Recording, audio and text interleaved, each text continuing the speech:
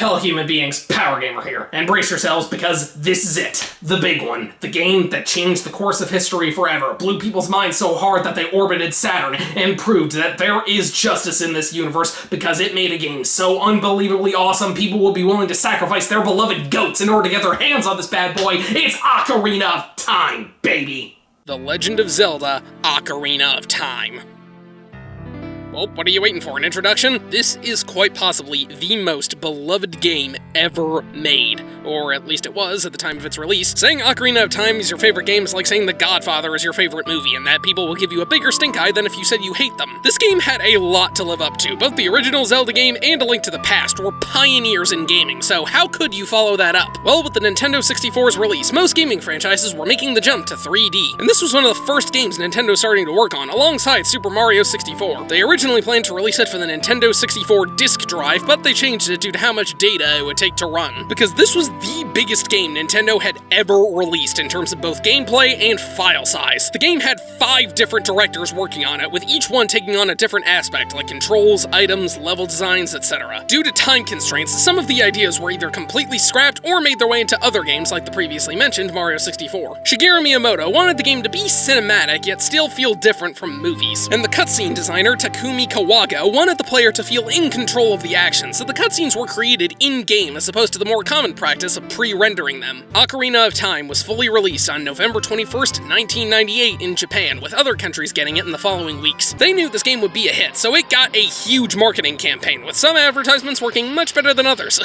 What the hell? It was the best-selling game of 1998, and the 4th best-selling N64 game ever, with over 7.6 million copies sold. But while the sales numbers were huge, the praise was over the freaking moon. Everyone hailed it as a masterpiece that was perfect in every way and changed gaming forever. Nothing would possibly be able to top this. So, a Zelda game. Yeah, I already talked about this in my Link to the Past review, but every console Zelda game has gone through a period where it's lauded as the best game ever, with a few exceptions. But this one's praise was arguably the strongest. For almost a decade, this was regarded as the best video game ever, not just Zelda, and to this day, it is the highest rated game on Metacritic with a whopping 99 out of 100. And of course, that caused even more people to get sick of hearing about it, and it got quite a bit of backlash for a while, but now that seems to have died down. The game would later be ported to the GameCube as part of a collection containing the NES and N64 entries, don't know why A Link to the Past isn't in there, and it was remastered for the 3DS in 2011, which also sold amazingly well. This was the first Zelda game I ever played, or more accurately, the 3DS version was. I had heard all the praise about this game, so I got this as a Christmas present when I was 13, and though I had some issues, I really loved it. So much so that I later went back and did a second playthrough where I completed the game 100%, and I even read the frickin' manga. But since this game turned 25 years old this month, it's time I finally see it in its original form and find out if it really is as groundbreaking now as it was back then. I'll primarily be looking at the N64 original for this review, although I will be giving some glances to the 3DS remaster, since it changes quite a bit, and it's the version I have more experience with. We got a long journey ahead of us, so let's take a look at what was once considered gaming's finest accomplishment. The game opens with this really cool looking shot of Link riding on a horse through a large field before getting a brief showing of what happens later in game. After creating a save file, we get a narration from a powerful spirit guardian known as the Great Deku Tree. The Deku Tree watches over a race of kids known as the Kokiri, and all of them have their own personal fairy except for one, who is of course Link. Link has a dream of a young girl fleeing from a castle on horseback before turning around and seeing a large evil-looking man. The Deku Tree sends a fairy named Navi to be Link's guardian and bring him to see the tree. We get the shot of Navi flying through the forest that must have been mind-blowing back in 1998, and she wakes Link up. Link exits his house where he's greeted by his friend Saria, who congratulates him on getting a fairy. Kokiri Forest is a really solid opening area since it has a nice aesthetic and gives a great feel on how the game plays. Unfortunately, this little prick named Mido won't let us see the Deku Tree without a sword and shield, so go through this maze to get the Kokiri sword and grab some rupees to purchase a Deku shield. The Deku Tree informs Link that the world is in great danger and he has been cursed, so Link must travel inside his body and defeat the monsters that lie inside. Link does so, and the Deku Tree says he was cursed by an evil man from the desert. He tells Link that millions of years ago, the world was formed by 3 goddesses. Din, the goddess of power, who formed the Earth's core, Nehru, the goddess of wisdom, who gave the planet spirit, and Faeror, the goddess of courage, who filled the planet with life. When the 3 goddesses departed for the heavens, they left behind a holy relic known as the Triforce, which contains most of their power. The Triforce is kept inside the sacred realm, and the man from the desert desert is after it. The Deku Tree then reveals that he was doomed from the start, and before dying, he gives Link the spiritual stone of forest and tells him to travel to Hyrule Castle. Link departs the Kokiri Forest, but before leaving, Saria says goodbye to him and gives him her ocarina as a token of their friendship. Admittingly, we don't know too much about Link and Saria's relationship, but it's at least partially established that they're really close, and this is honestly a fairly touching moment.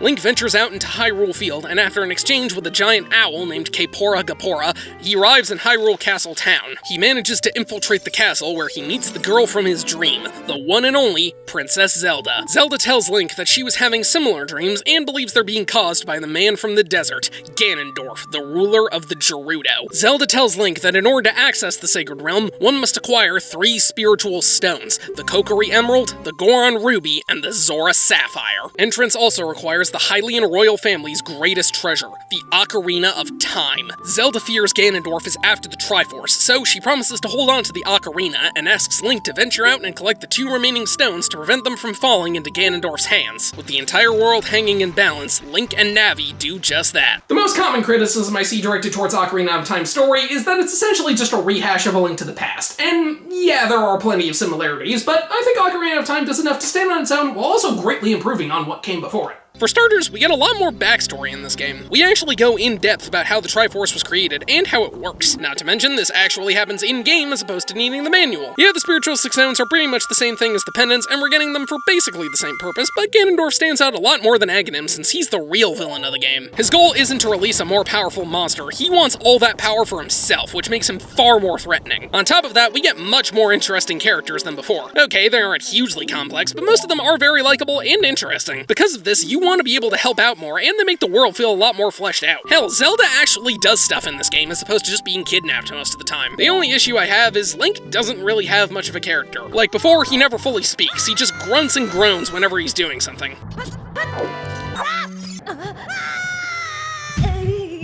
And aside from a couple of moments where he emotes, most of the time he has the same expression on his face the whole game, and it kind of makes him feel wooden. I know he's supposed to be a representation of the player, but I feel like he could have used a bit more emotion. The story also takes a radically different turn as we go further into the game, but yeah, we'll go more into that later. For now, I'll just say, this game's story does hold up. The stakes are made very clear, and it really makes you feel like you're going on this grand epic adventure to save the world, even more so than the previous Zelda games. Now, obviously, the graphics have aged a lot. It's the N64, so you can't expect that much, but as far as 1998 standards go, I think it's decent. Again, for the time period, this was absolutely mind-blowing, and I think the visuals have some charm to how they look. The only real issue I have is that some parts can be pretty dark, and it lags quite a bit, so be ready for that. But if you want something a bit cleaner, definitely go for the 3DS version. Oh my god, I love how this game looks. The colors, the textures, the animation, the model quality, all of it is absolutely fantastic. The soundtrack is incredible.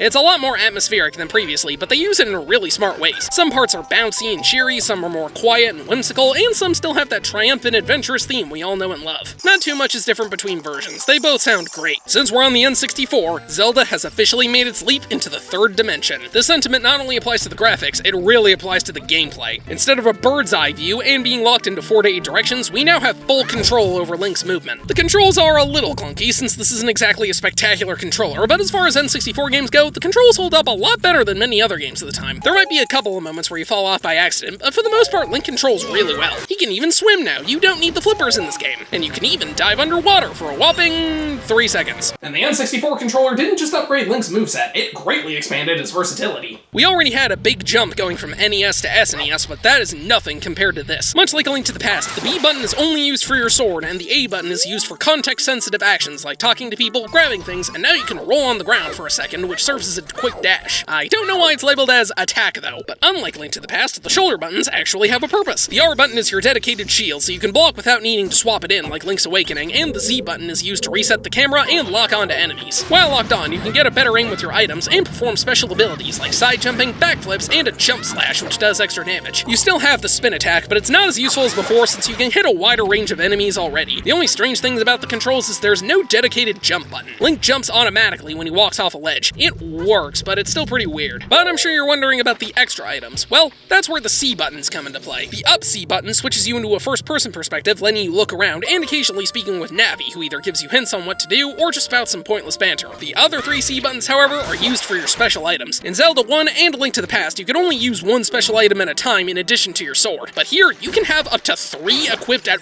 once. This means you can easily switch between different items on the fly, without having to constantly pause the game. This is really useful in areas where you have to use a bunch of them at once, and it means you can cycle between them easily during combat sequences. This is easily one of the biggest improvements from before. Being able to have 3 special items equipped at all times instead of just 1 helps the game feel so much faster and way more interesting. The menus have been condensed into just 1 button. Hitting the start button lets you cycle between 4 menu screens: your items, your gear, meaning swords, shields, tunics, and boots, the map, and a progress screen which shows mandatory collectibles that you don't directly use. Plus, this is how you save the game. It can be a little annoying having to cycle through 4 screens, but if that means the map, items, and saving don't each have their own button, I'm okay with that. Now, as for the items, we have a large variety of new ones and returning ones. Early on, you still get stuff like the bombs, the ocarina, which is way more important than previously, I'll go more into that later, and the boomerang, which can now be used to grab items. But for new stuff, we have Deku Nuts, which can stun enemies. It's mildly useful, but not that great. The Fairy Slingshot, which is basically the same thing as the bow and arrow from before, only since this game is in 3D, you can aim all over the place, which is really useful. Deku Sticks, which can be used to light torches and make for a surprisingly effective beating weapon. The only downside is they break and burn easily, so you only get 1 or 2 hits with them and have to put them away before they burn up. Magic Beans, which you buy from this guy and plant in the ground, and Bomb Chews, which are moving bombs that I absolutely hate. I swear you have to be facing the exact right direction for them to work. I never use these things unless I have to. We also have some extra gear, most notably the Hylian Shield, which is so big Link just crouches underneath it, which means you can't deflect anything, but it also means you're protected from all angles. We get way more items as we go along, but I'm gonna need to hold off on those for a bit. The biggest change the jump to 3D brought us, though, was the dungeons. These things are absolutely massive, and many of them have much more vertical designs. Previous Zelda dungeons rarely had multiple floors, but here you'll be going up and down a lot. I really like this, since it helps the dungeons stand out a lot more, and allows for more unique puzzles. The only downside is the backtracking can get kind of annoying. Aside from that, the dungeons are structured pretty similarly. You still find a plethora of chests that contain a new item, a map, and a compass, although the first few dungeons don't have keys, and they all end with a boss fight. Beating it gives you a heart container and lets you leave, although you don't grab anything at the end. The other games had you collect something like Triforce pieces, crystals, and instruments, but here you just walk into this portal. You do get a mandatory item, but that only comes after you leave. And make sure you grab the heart container before entering the portal, otherwise you have to come back. It's also worth noting that the compasses are much more useful than before, since they tell you where the treasure chests are, and they don't remind you every single time you get one,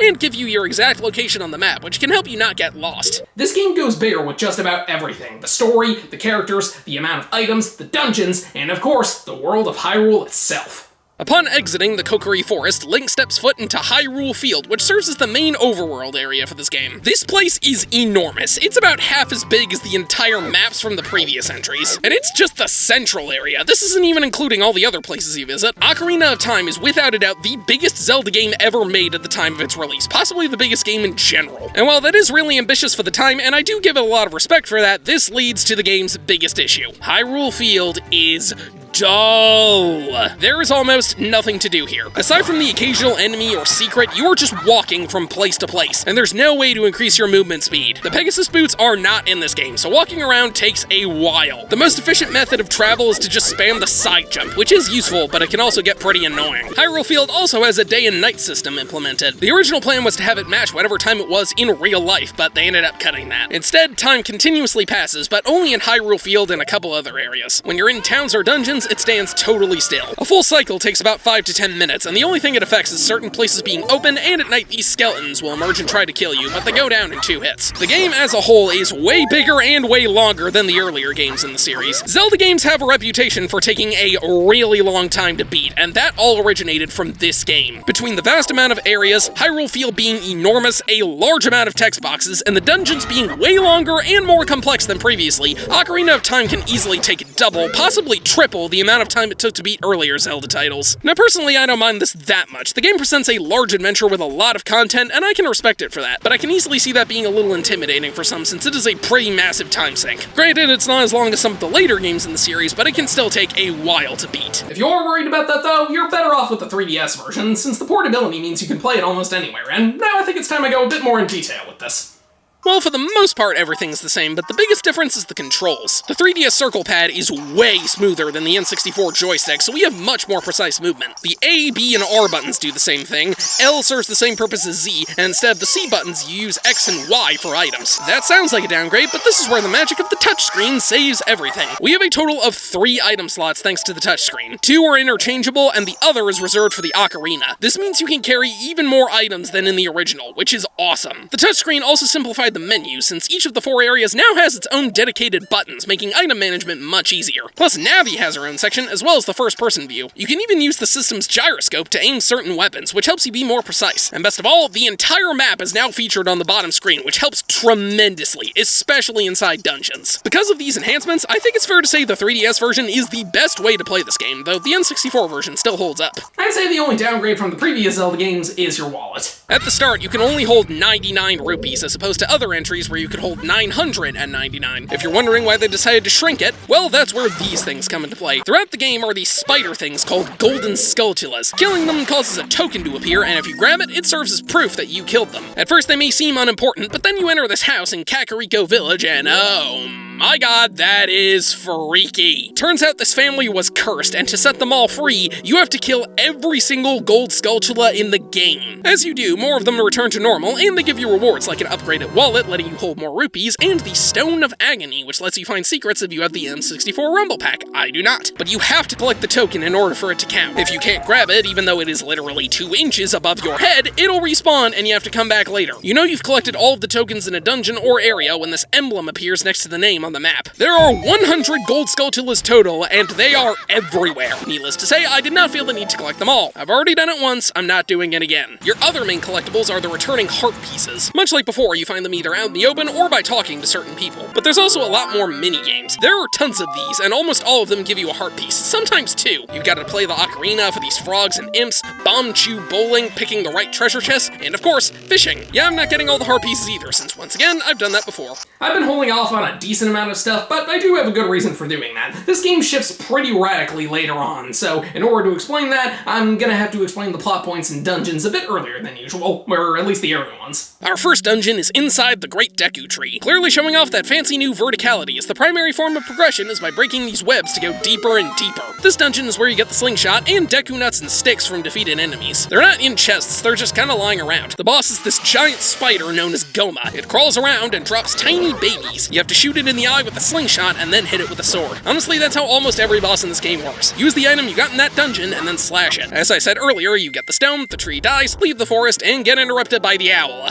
Right, need to go more into him. He frequently pops up throughout the game and gives you advice on what to do next. Problem is, the text moves really slow, it's not helpful on repeat playthroughs, and at the end, he asks if you want him to repeat himself. And he changes his phrasing every time you see him, so you need to read it carefully or else you have to listen all over again. Thankfully, you can skip some of it by hitting the B button, and the 3DS version the text is much faster, but it still gets pretty annoying. Travel across the field and reach Hyrule Market. Here, there's a plethora of side objectives you can do. The shop lets you buy the Hylian Shield. There's some mini-games like the Shooting Gallery where you can get an upgraded slingshot bag, the previously mentioned Bomb Chew Bowling and Treasure House, and the Happy Mask Shop, which isn't open yet. Head towards the castle and you find out the security has been upped. You also meet a girl named Malin who comes from a Lon Lon ranch. She's looking for her father, Talon, and gives you an egg, which hatches into a cuckoo after a full night. You have to avoid the guards or else you get thrown out. Outside the castle, you find Talon taking a nap. Well, he's in my way, so there's only one thing to do. No, you sadly can't kill him. Wake him up with the cuckoo that hatched, and he runs back to his ranch. Now you can enter the castle and avoid more guards who are really oblivious. Hey, hear anything? Nope. Make it to the center, and you find some really cool Easter eggs. There's this picture of Mario from Mario 64, and hitting this window with a slingshot leads to attempted child murder.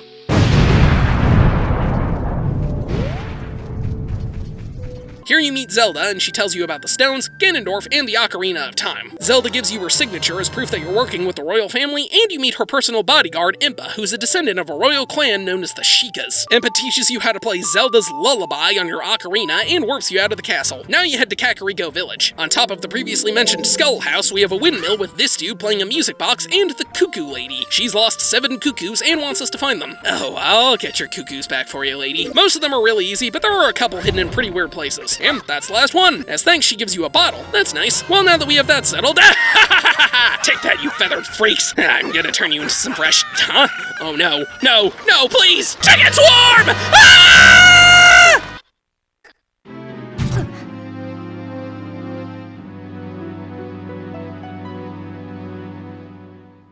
Death by poultry.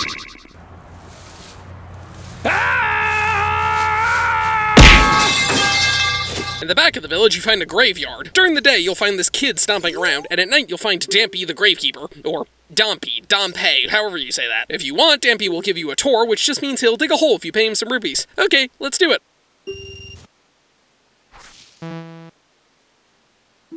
Great tour! If you play Zelda's Lullaby near this grave, lightning will strike it, and you can head down here. Inside the tomb, you'll find these zombies called Redeads. I hate these things, and at the end, you'll learn the Sun Song. Now head back into the village and talk to this soldier. Show him Zelda's autograph, and he'll open the gate. He also mentions the mask shop, and this causes it to open. The Happy Mask shop is run by the Happy Mask salesman. I'm sure he'll never be important. He'll give you masks, and you have to travel around the world and try to sell them for a profit. When you sell one, you can then get another, and there's 4 total. The Keaton mask, which you give to the soldier, the Skull mask, which you give to this imp called a Skull Kid in the woods, let's hope this doesn't lead to a disaster, the Scary mask, which you give to this kid in the graveyard, and the Bunny hood. Wait a minute, that's not a mask! You are falsely advertising your products!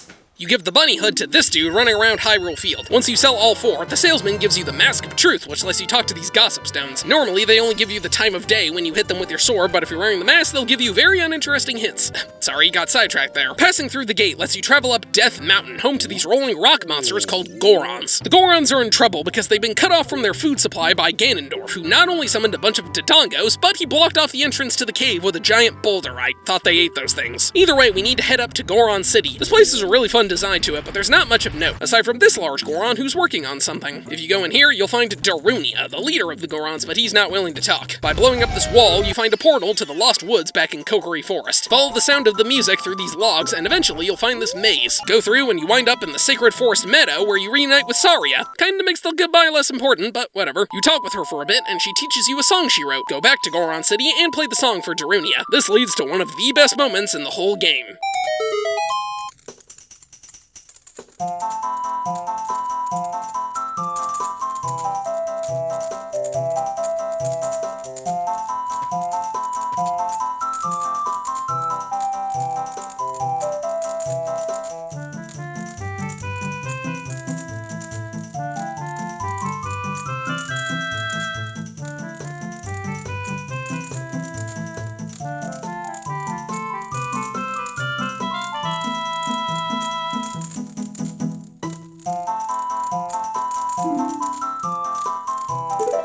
After that sick jam session, Darunia will tell you about Ganondorf and agree to let you help them. He then gives you the Goron bracelet, which allows you to pick up these bomb flowers. Okay, one more time.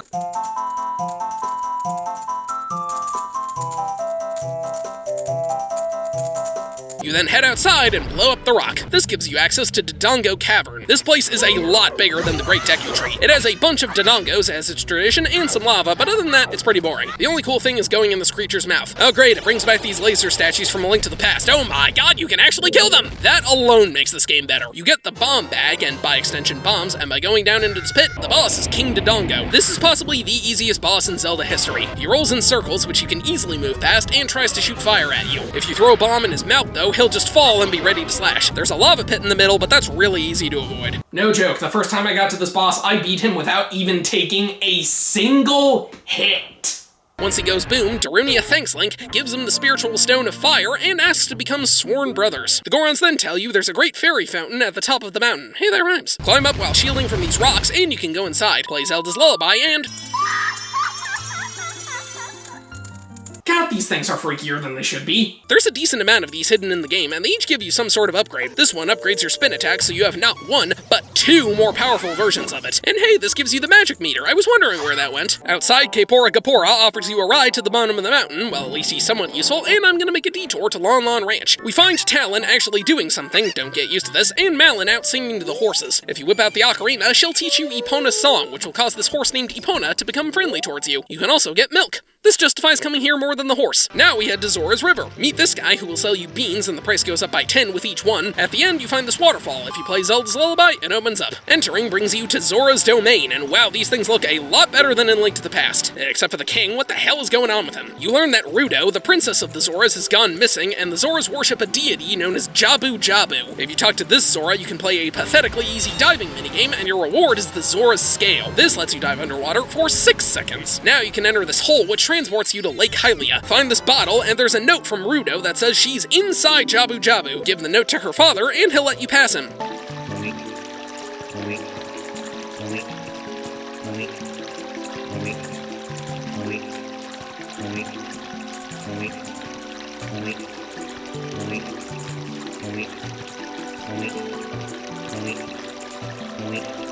This seriously takes a full 30 seconds.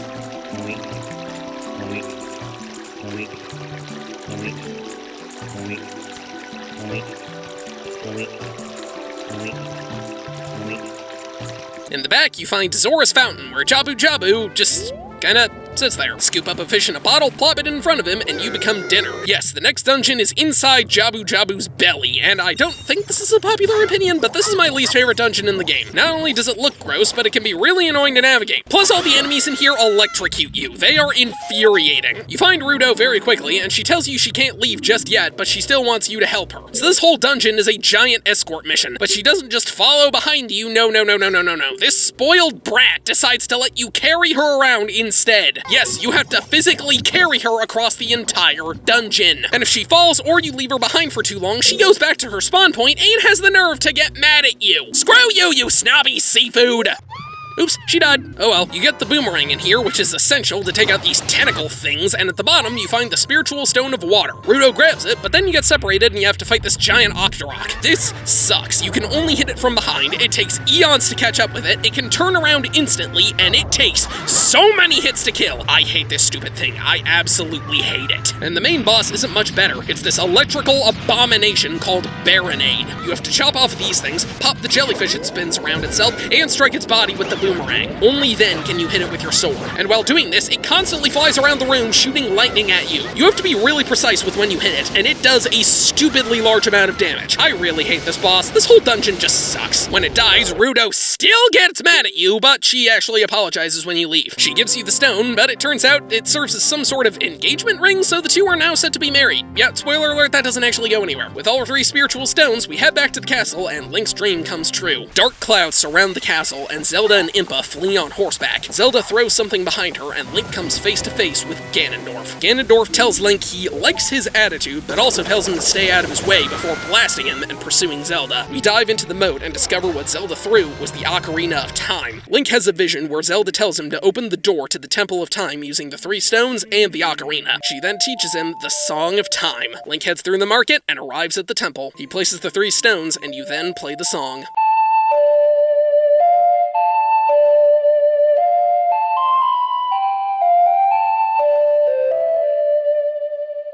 This opens the central door of the temple, and we have one of the most iconic moments in the entire Zelda franchise. Link finds the Master Sword and removes it from its pedestal.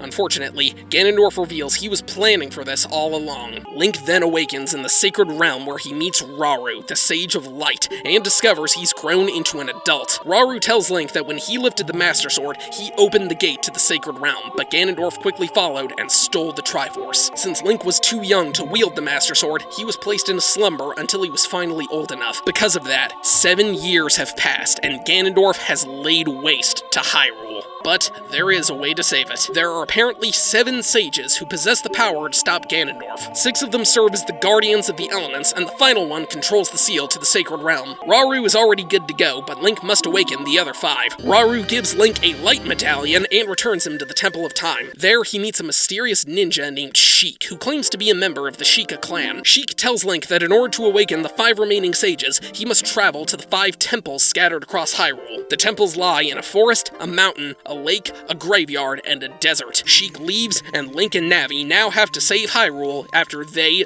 doomed it. This is what I was talking about when I said the story takes a massive turn. The fact that the world is thrown into chaos and destruction because of your attempts to prevent all that is really freaking dark, and it serves as an incredible motivation to want to stop Ganondorf, since you need to fix the disaster that you created.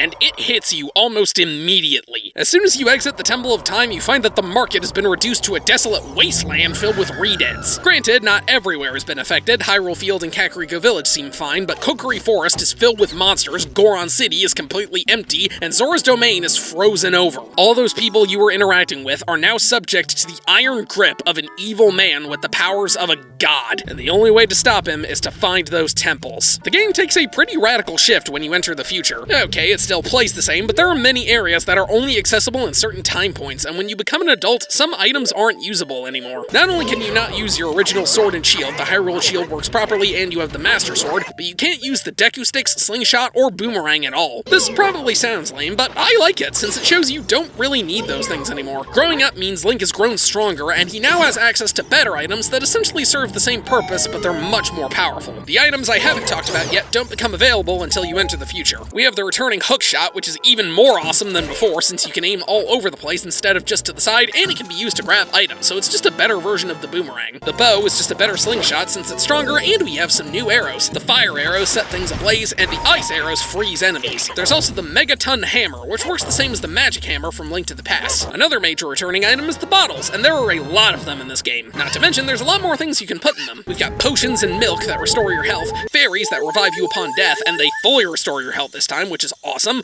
bugs, which you can drop in these holes to release gold Skulltulas, and ghosts called Poes, which you can sell to this guy. The remaining new items are the Lens of Truth, which lets you see invisible objects, and new pieces of gear like extra tunics and boots. We also find out what the magic beans were for, since any you planted in the past grow into these leaves that float around, making travel much quicker and letting you get extra items. And one of the coolest new additions comes from the Great Fairy Fountains. There's 5 of these total, and I already mentioned the spin upgrade, but there's another that doubles your magic meter. But the remaining 3 give you magic spells that are each themed after one of the 3 goddesses. Din's Fire, which lets you shoot a giant ring of fire around you, Faeror's Wind, which lets you set up warp points in dungeons, which can really save time on backtracking, and Nehru's Love, which costs a ton of magic to use, but it surrounds you in the shield, making you completely invincible for a short amount of time. Jumping into the future also makes traveling around a bit more manageable, since you gain the ability to teleport around the map, though you can only go to a few areas, and you get ownership of Epona, that horse from Lon Lon Ranch. And hey, now I can finally talk about how the ocarina works. You start out with the fairy ocarina you got from Saria, and then you get the Ocarina of Time, though they do the exact same thing. At certain points in the game, you need to play specific songs. You play the songs using the 4 C buttons and the A button. And no, you don't have to match the rhythm, just hit the note once and it counts. There's 12 songs total, 6 that are the same 3 notes played twice each, and 6 that are more complex. For the simple ones, we have Zelda's Lullaby, which you play whenever you see a Triforce icon, the Sun Song, which shifts to the beginning of either day or night, Saria's Song, which lets you speak with Saria, who gives you hints in addition to the ones you get from Navi, Epona's Song, which you use to summon Epona, although she can't be ridden everywhere, the Song of Time, which you mostly use to teleport these blocks, and the Song of Storms, which causes rain to fall, and you only need to use it a grand total of once. Twice if you want to get a heart piece from these frogs. The more complicated ones all warp you to various temples. The Minuet of Forest takes you to the Sacred Forest Meadow, the Prelude of Light takes you to the Temple of Time, the Bolero of Fire takes you to Death Mountain Crater, the Serenade of Water takes you to Lake Hylia, the Nocturne of Shadow takes you to the Graveyard, and the Requiem of Spirit takes you to the Desert Colossus. These are really helpful in getting around, but the fact that there's only 6 and you don't get them all until the end of the game is a little disappointing. At least you can use them in both time periods, as opposed to Link to the Past, where teleporting only worked in the Light World. Oh, right, you gain the ability to travel back and forth between time periods. It's only used a couple of times though. For the most part, it's just to grab any collectibles you missed. There is one song left though, and it works very differently. If you go to Lake Hylia in the past, you can find these 2 scarecrows. One will ask you to play a song for him, and you can play whatever 8 notes you want. I say do something simple that you can easily remember. If you visit him in the future and play the song again, you can then play the song in certain places to summon other scarecrows. You can hookshot onto him, which lets you get to new areas and grab more items. It's possible to summon him when Navi flies to a certain spot and turns green. The ocarina is fun to use, but it leads to one of the biggest problems with the re-releases. Most later versions of the game, like the GameCube Collection, the Virtual Console, and the Switch Online service, map the C buttons to the right joystick. And because that's not as precise as the buttons, it can make playing the ocarina really annoying since you'll hit the wrong notes by accident. So if you're gonna play the original version of this game, try and track down an original cartridge or use an N64 controller for the Switch. Those are a thing they sell. Thankfully, the 3DS version doesn't have this problem. The main buttons are used to play the songs, and if you want, you can even use the touchscreen, though I personally prefer the buttons. This version is also nice because the song list is easily accessible, as opposed to the original where you have to pause the game, check the notes, unpause, whip out the ocarina, and then play it. Here, just play the ocarina and tap, nice and quick. But if you saw my earlier Zelda reviews, you'd know that my biggest problem with those games is how much they don't tell you about where to go and what to do. But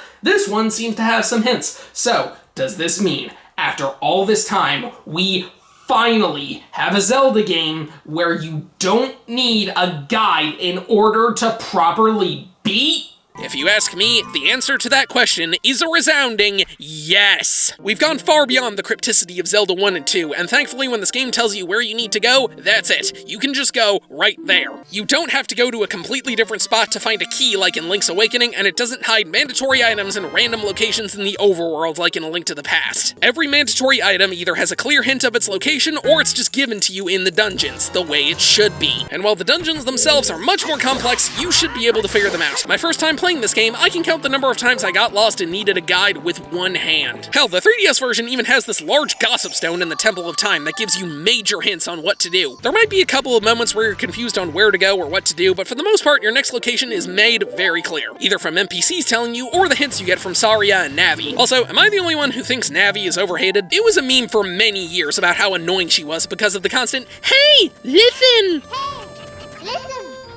But I like Navi. She doesn't interrupt you that much. Her hints can be useful, and she helps with targeting enemies, plus she even gives you information on them. The only annoying thing about her is when she gives you hints that are not needed. I'm already here. You don't need to tell me. Well, that's about everything added in the future. Let's find those temples. First, we need to visit Kakariko Village, where we learn that Dampy has passed on. By visiting the graveyard, we can find his tomb, and his ghost challenges Link to a race. You just need to keep up with him. You don't actually have to win. If you make it there fast enough, you're rewarded with the hookshot. Now we must return to Kokiri Forest, and there are monsters everywhere. But strangely, all the Kokiri look exactly the same, even though Link has aged. We venture back into the Lost Woods, reunite with Mido, and navigate this maze, which is much more annoying thanks to these things. At the end, we return to the Sacred Forest Meadow and meet with Sheik. He talks to us for a bit and then teaches us the Minuet of Forest. This happens for pretty much every temple. You show up, Sheik teaches you the transport song, and then leaves. We then enter the Forest Temple, which is probably my most conflicting dungeon in this game. I love the aesthetic, and it has a really cool design idea. These 4 Poes hide around the dungeon, and you have to kill all of them to light these flames in the center room. The problem is, this dungeon goes on forever. This might be the longest dungeon in the game. You'll be going in all sorts of directions, and it can be really confusing to navigate. This is where you get the bow, and the boss is Ganondorf? Actually, this is Phantom Ganondorf, a spiritual clone he created. He summons a horse and comes riding out of one of these paintings. You have to shoot him with the bow right before he exits, or he blasts you with lightning, but which one he comes out of is completely random, so you have to get lucky. After a while, you have to play a game of energy ping-pong, like with Aghanim in A Link to the Past. When you kill it, Ganondorf says the real fight will be much tougher, and leaving the temple takes you to the Sacred Realm. Here we learn that Saria is the Sage of the Forest, and by clearing the temple, you've allowed her to awaken her power. She gives you a medallion, just like Rauru, and you return to the remains of the Great Deku Tree, who now has a little sapling growing. Speaking with it reveals that Link is not actually a Kokiri. He's a Hylian, whose mother attempted to escape during a large war and bestowed him in the care of the Great Deku Tree before dying. Honestly, that doesn't really add much, but it's kinda neat. We're then instructed to return to the Temple of Time, where Sheik is waiting. We learn the Prelude of Light, and gain the ability to travel back and forth between the past and the future by returning the Master Sword to the stone. Now we're back to Goron City, and almost every single Goron is gone except for this one rolling around. Stop is rolling with a bomb, and we find out his name is Link, or whatever you named your character, and he's the son of Darunia. It turns out Ganondorf resurrected an evil dragon named Volvagia and sent the Gorons to be fed to him as a form of intimidation. The little fella gives us the Goron Tunic, which lets Link survive areas with intense heat, and shows us the secret entrance to Death Mountain Crater, where Sheik teaches the Bolero of Fire. Enter the Fire Temple, and we reunite with Darunia, who asks Link to save the Gorons. This place is honestly kinda generic. There's a couple of flame puzzles and lava rooms, but for the most part, it's more rock-based than fire-based. And I guess I should bring up the controversy that happened with the music. The original versions of this game had what appeared to be a tribe chanting in the background of the music for this dungeon. However, it was taken out for later versions because apparently some people thought it could be seen as racist. I can't say I'm an expert on this subject, so I'll just say I think both versions work fine.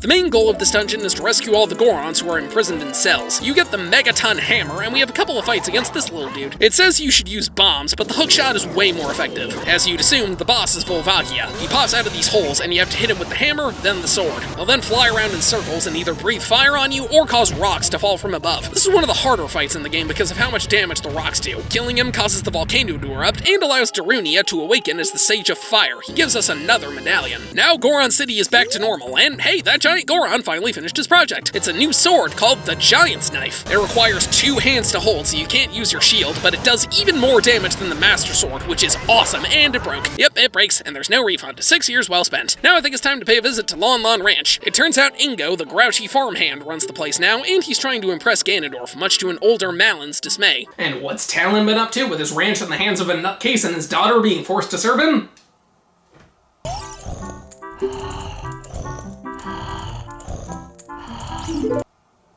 Screw this guy. Ingo lets you ride the horses, and if you play Epona's song, she'll run up to you. Hopping on lets you ride her. You move much faster and can hit the A button for a speed boost at the cost of these carrots. Talk to Ingo again, and he challenges you to a race. Honestly, it's fairly easy if you're careful with your speed boosts. If you win, he challenges you to a rematch where you can keep Epona, and it's the exact same thing as before. If you win again, he throws a fit and tries to trap you, but you can just run and hop over the back fence. Now we have access to Epona and can move around the field much faster, but sadly this only works in the future. Well, we should probably check out Zora's domain, and the whole thing is frozen in ice. We actually have to go back to the fountain and find a mini dungeon called the Ice Cavern. I say mini because while it's structured the same, it's a lot shorter and there's no boss fight, which is fine with me. I hate this place. The ice physics can be really annoying and there's a million hazards and enemies trying to kill you. You have to use your bottles to store this blue fire, somehow, and then melt this red ice. At the end, you find the iron boots, which let you sink underwater, and Sheik teaches you the Serenade of Water. We also learn that Sheik was somehow able to save Rudo, and she's at Lake Hylia. Grab one last blue flame and use it to melt the King Zora. As thanks, he gives you the Zora tunic, which lets Link breathe underwater, and we head to Lake Hylia. Dive underwater and use the hookshot to open this door to the Water Temple. A name that sends shivers down the spines of all players. A location that has been troubling people since 1998. A level so infamous it has its own Wikipedia article. No, I'm not joking. This is without a doubt the most despised thing in the entire game and one of the most hated areas in video game history.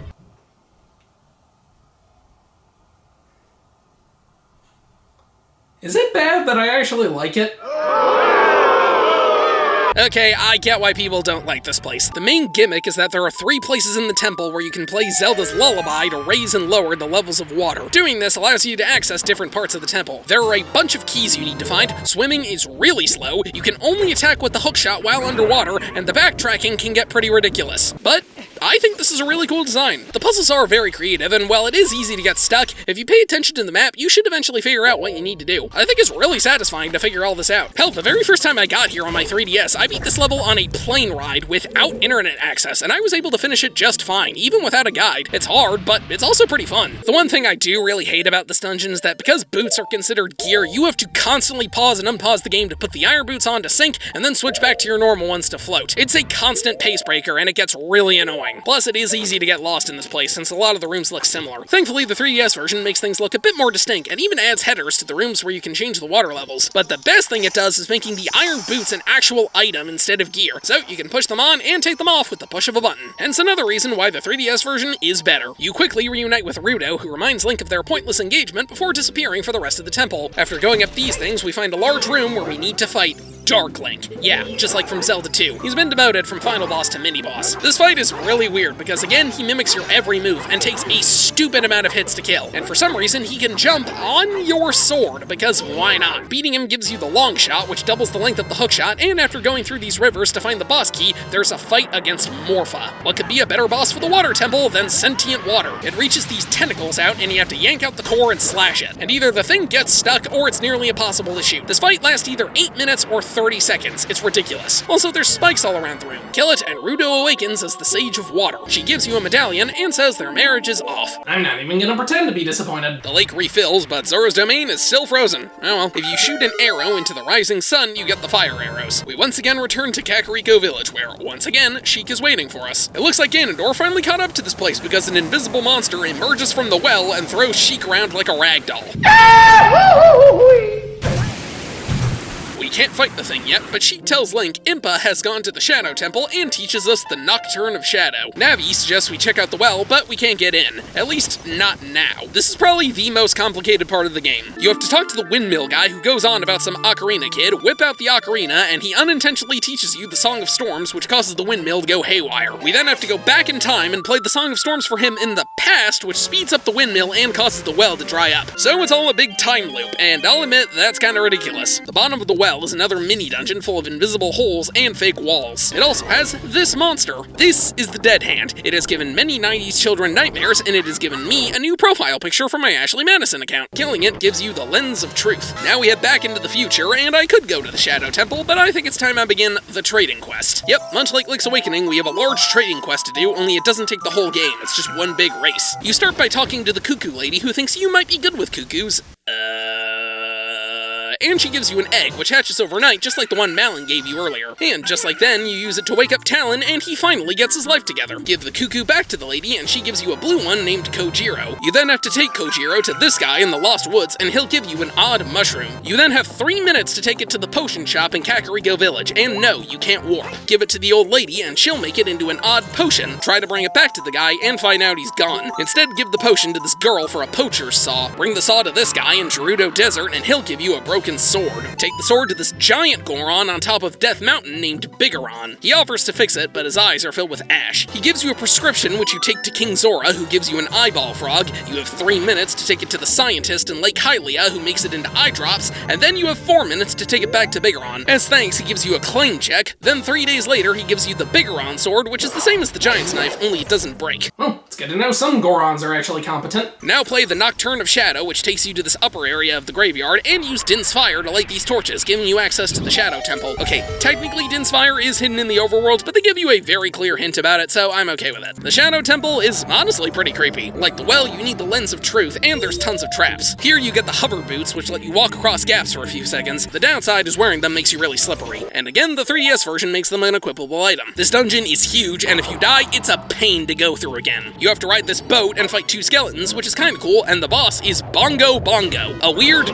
ghost thing with 2 disembodied hands. You can only see the body with the Lens of Truth. You need to hit both hands with arrows and then shoot the big red eye before slashing. Thing is, he's always spinning around, pounding on this drum you're standing on, which bounces you and grabs you and throws you around. This is a pretty hard fight. You need to rely on the Z targeting. Destroying it causes Impa to awaken as the Sage of Shadow, and she gives you another medallion. Only 1 more to go. I'm gonna make a brief visit to Lon Lon Ranch, and things are looking much better, thank God. And the final place on the map is Ganondorf's home of Gerudo Desert. Use Epona to leap over the broken bridge, and apparently a bunch of carpenters have been captured. We then head to Gerudo Fortress, where Link also gets captured. We have another stealth sequence like Hyrule Castle, only this one's a lot harder since they're actually smart. You have to save the 4 carpenters, and every time you do, you fight a Gerudo warrior. You can't take too long to kill them, or else you get thrown back in the cell, but thankfully the Bigoron sword takes them out in a few hits. Also, question, how do the carpenters know how many of them are still imprisoned? Do they have some sort of communication device, or is it telepathy? The Gerudo somehow respect Link now and give him a membership card. We then have to travel across the Lost Sands by following these flags and a spirit guide you need the Lens of Truth to see, or else you get sent back to the beginning. Once through, we reach the Desert Colossus and can enter the Spirit Temple, but you can't actually do anything. Leave, and Sheik explains that you must travel back in time before teaching you the Requiem of Spirit. Head back to the Temple of Time, pop the sword in, and return to the Spirit Temple. Going inside, we meet Naburu, the second in command of the Gerudo. She tells us that Gerudo are all female except for 1 male born every 100 years. I really question how that reproduction system works. That male must become king of Gerudo, but she's really questioning Ganondorf's rule. So she asks us to go into the temple and find her the silver gauntlets. You actually do half of this dungeon in the past and the other half in the future, which is awesome. This might be my favorite dungeon in the game. Fight this giant knight in an armor suit and we get the silver gauntlets, but Naburu is captured by these evil witches named Kume and Katake. Travel back to the future and make a brief pit stop at the Gerudo trading grounds where you need to collect keys to reach the center and get the ice arrows. Now head back to the Spirit Temple where we clear the other half. Fight another knight and you get the mirror shield which lets you reflect beams of light. Wow, 3 rhymes right there. Reach the center of the temple and the witches send one last knight at you, which is actually Naburu. Set her free and now you have to fight both the witches, which is one of the coolest fights in the game. Kume uses fire magic and Kotake uses ice magic. They shoot beams at you and you have to use the mirror shield to reflect them at each other. This is cool, but the angling can be really picky. But that's not it. After a while, they fuse together to form one being known as Twin Rova. Instead of beams, she shoots blasts, and you have to absorb 3 shots of one element, fire it back out, and then sword. You can only absorb 1 element at a time, so make sure you pay attention. You kill them, and they have a legitimately hilarious argument after they realize they're dead. This causes Naburu to awaken as the Sage of Spirit, and she gives you the final medallion. And there we go. That's all 5 temples cleared. Only thing left to do is find that last sage and confront Ganondorf. We return to the Temple of Time, where, yet again, Sheik is waiting. Sheik explains that if someone with an unbalanced heart gained the power of the Triforce, it would be separated into 3 pieces. That person would only get 1 piece, while the other 2 were given to people chosen by destiny. And of course,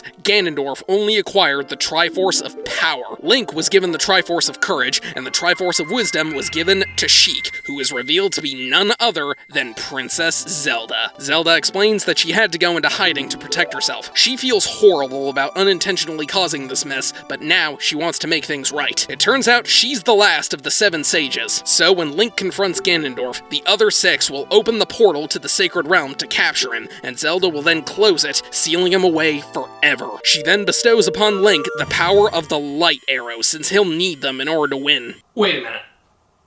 You're telling me this is a Zelda game with a special item that is mandatory to beat the final boss, and it's just given to you?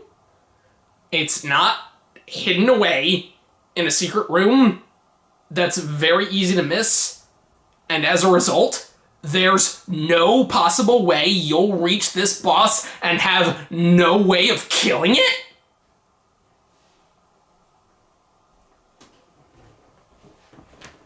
Finally!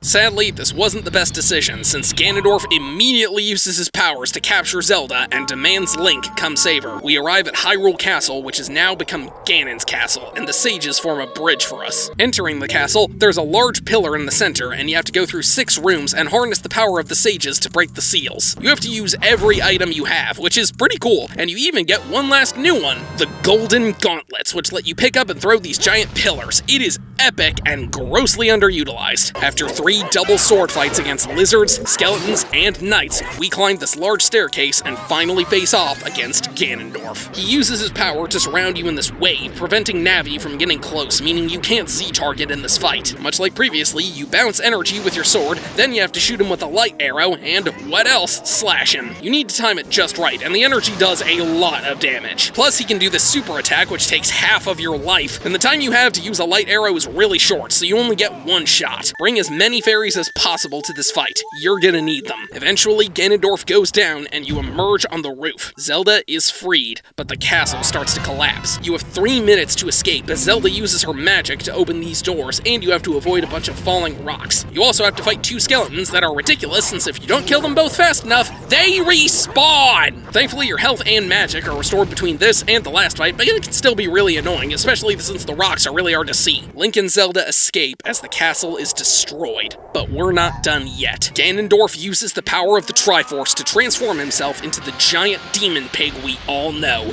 Ganon. And oh my god, this is the coolest Ganon has ever looked in any game, in my opinion. He summons 2 giant swords and knocks the Master Sword out of Link's hand. It's time we finish this. Also, very important side note, the very first time I beat this fight was just a few hours before I had to go to a school dance. Since you don't have the Master Sword, you need to use the Bigoron Sword, the Megaton Hammer, or the Light Arrows to hurt him. His only weak point is his tail. His swords are massive and really fast, so if you wind up to the side, you are screwed. You want to roll through his legs, hit the tail, run away, and then turn around and do it again. Eventually, he becomes weak enough for the Ring of Fire to disappear, allowing Link to grab the Master Sword. This fight is absolutely epic, but there's one little thing wrong. I can't see anything! And since Ganon's attacks do so much damage, you need to know where he is, or else you're dead. But turn up the brightness a bit, and this is one of the coolest final boss fights in the series. Eventually, he collapses, and Zelda uses her magic to contain him, which allows Link to deliver the final blow.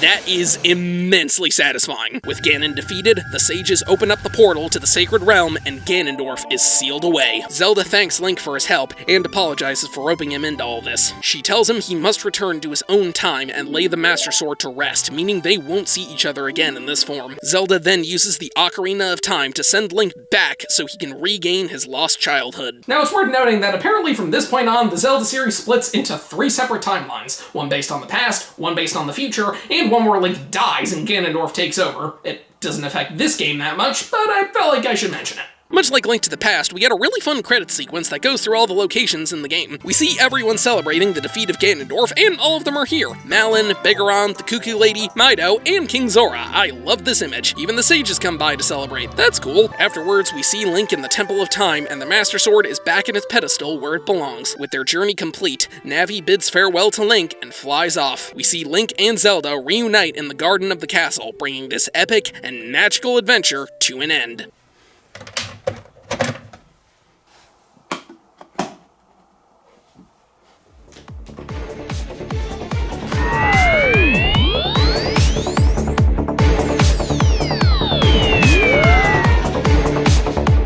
Game conquered.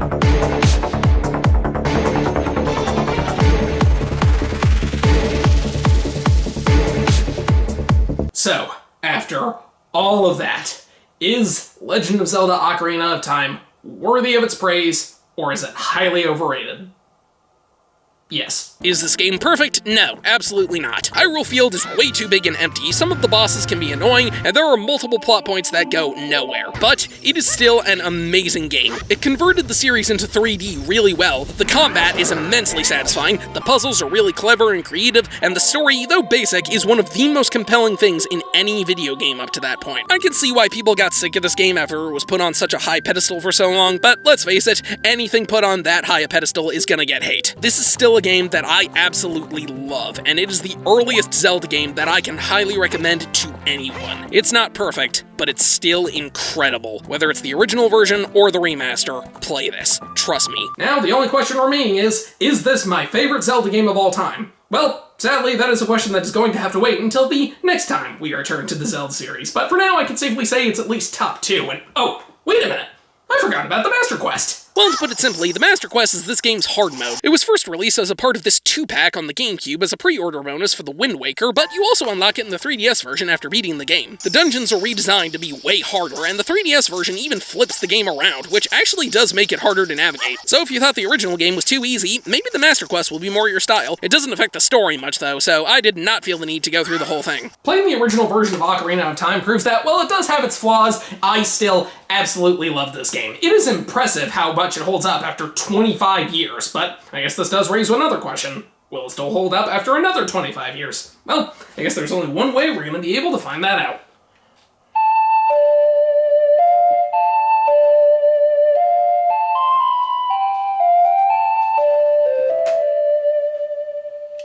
What? Looks like gravity went extinct.